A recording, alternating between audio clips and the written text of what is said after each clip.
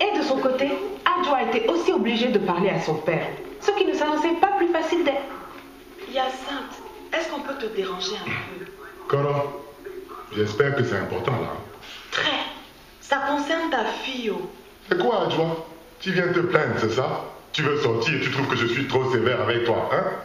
Mais c'est pour ton bien. Les filles de ton âge font n'importe quoi, sortent les nuits et se donnent à des vauriens et puis prennent des grossesses. Hyacinthe, mais comment tu as su qu'Adjoa est enceinte? Adjoa enceinte? Mais comment et où elle est passée pour attraper ça? Papa. Pardon ça? Pardon, n'enlève pas grossesse. Je vais te tuer. Me fais ça à moi. Ah! On va tout expliquer. Comment c'est de ta faute? Tu n'as pas bien suivi. Mais Hyacinthe, je te faisais confiance, oh. C'était toi le vigile de la maison. Un vigile, pas vigilant.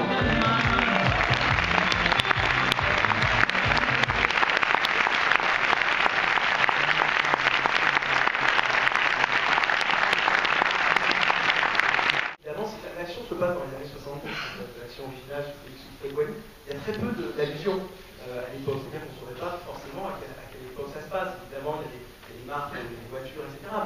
Mais alors, ce choix d'introduire des films publicitaires de l'époque, est-ce que c'était justement pour essayer de marquer dans le temps un petit peu, pour essayer de montrer qu'on est vraiment dans ces années 70? Oui, c'est ça, c'est un marqueur. En fait, il y a une espèce de... Enfin, là, je donne vraiment mon sentiment personnel, mais c'est publicité, une espèce de douceur, une espèce de...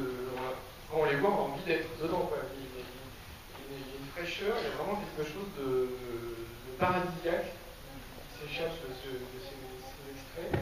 Et en fait, on a décidé de les mettre parce qu'on voulait donner à un spectateur qui n'aurait pas forcément d'affinité particulière avec la film de l'Ouest, ou qui aurait peut-être d'autres perceptions, parce qu'il y a aussi d'autres moyens de connaître le pays, mais de donner un peu cette ambiance un peu nostalgique, un peu douce qu'on retrouve par exemple dans les photos de la Libé, toutes les photos de parties, de fêtes, de mariages qu'il a fait depuis les années 50 jusqu'aux années 80, mais spécialement les années 50, 60, 70, où il y a une espèce d'insouciance, enfin moi qui m'a toujours fait rêver, et qui est un peu le pub magie d'Alia, qui est vraiment... et voilà, donc on s'est dit qu'on allait s'en servir comme une espèce de levier pour raconter aussi par l'image réelle ce que ça pouvait être, ce qu'on essayait de faire. Nous habitons tous à Yopougon, un quartier populaire d'Abidjan que nous avons baptisé Yop City pour faire comme dans film américain. Notre quartier est connu et réputé pour son grand marché, toujours fréquenté de jour comme de nuit, mais plus encore pour ses nombreux maquis. Alors, ce sont que des musiques originales de l'époque, et c'est en grande partie des musiques que Marguerite écoutait à l'époque. Donc, elles ont vraiment été choisies pour ça. Maintenant, bizarrement, ce qui avait le plus difficile à faire dans ce film, c'était pas de faire les images, c'était de trouver la musique, puisque ça n'a strictement aucun intérêt, mais juste j'explique, c'est que la musique, c'est un problème essentiellement juridique, et qu'il faut donc retrouver d'une part les ayants droit, ce qui n'est pas toujours facile sur des artistes qui ont enregistré dans les années 70, on ne sait pas où, on ne sait pas comment, etc. Et ensuite, il n'y a pas seulement les ayants droit, il y a les maisons d'édition musicale, il y a les producteurs, etc. Et c'est une espèce de... Donc il y a toute une équipe de gens qui ont travaillé à ça, et malheureusement, on n'a pas pu mettre tout ce qu'on souhaitait dans le film. Il y a des musiques qu'on a dû remplacer, parce qu'on n'était pas certain d'avoir les droits, et voilà.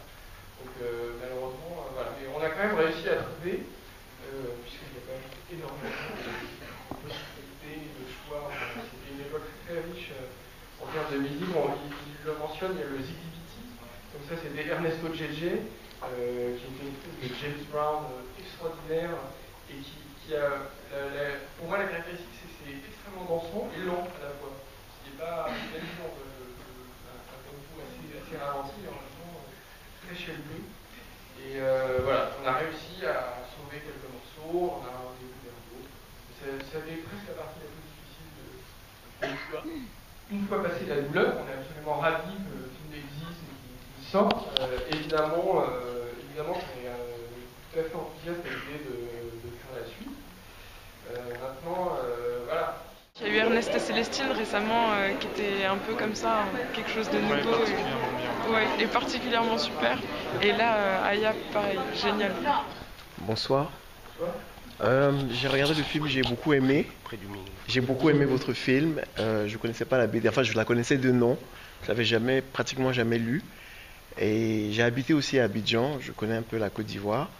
Et j'aimerais savoir comment s'est passé le casting pour les voix et pourquoi vous avez choisi de prendre des acteurs non ivoiriens pour les premiers rôles et les Ivoiriens pour les seconds rôles dans ce film. Comment ça s'est passé? Alors, en fait, on avait au départ, on a fait plein de listes de casting possibles et on espérait, on souhaitait, on a tout fait pour avoir un certain nombre d'acteurs ivoiriens, en particulier Michel Bou, en particulier, son nom m'échappe, mais c'est un formidable acteur qui joue dans ce film des années 70. Je suis un peu fatigué, j'ai toujours les noms sur les noms. On avait une liste d'acteurs qu'on a souhaité, qu'on a sollicité. Malheureusement, au moment où on faisait ces démarches, c'était l'époque où il y avait même des gros problèmes en Côte d'Ivoire. Il y a un certain nombre d'acteurs qui ne répondaient pas ou qui avaient disparu ou qui n'étaient pas disponibles. C'est un peu comme la musique, c'est qu'on a fait au mieux, mais c'est pas. Moi, je suis ravi de ce casting, mais c'est pas celui qu'on avait formé au départ. Et effectivement, on avait vraiment souhaité qu'il y ait un maximum d'acteurs ivoiriens dedans. Voilà, Michel Bou, qui est une star en Côte d'Ivoire, qui est un grand acteur comique incroyable, et un type quasiment impossible à joindre, il faut bien dire.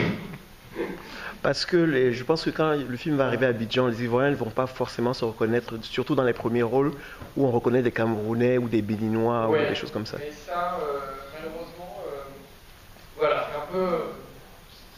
Ce sont les aléas du film. Maintenant, je pense que c'est pas un film forcément sur Ivoire. C'est un film. Oui, mais ça se passe à Abidjan, à Yopougon. Oui, non, mais je suis d'accord. Mais je veux dire, on peut. Évidemment, peut-être qu'à votre oreille, ça vous choque peut-être beaucoup. Forcément. En l'occurrence, Marguerite Aboué, qui est ivoirienne elle-même, c'est elle qui a fait tout le casting final, qui a géré les acteurs, qui a joué. C'est même elle qui joue la mère de Aya, je ne crois pas. Donc, je suis obligé de m'en remettre à elle pour ce qui est du résultat. En tout cas, alors je ne sais pas si c'est les bons accents ou pas, mais il y a en particulier Pascal Nzanzi, qui joue le père Sissoko. Moi, je ne m'en remets pas. Je trouve qu'il y a une voix et un jeu extraordinaire. Mais c'est vrai que, voilà, on a essayé.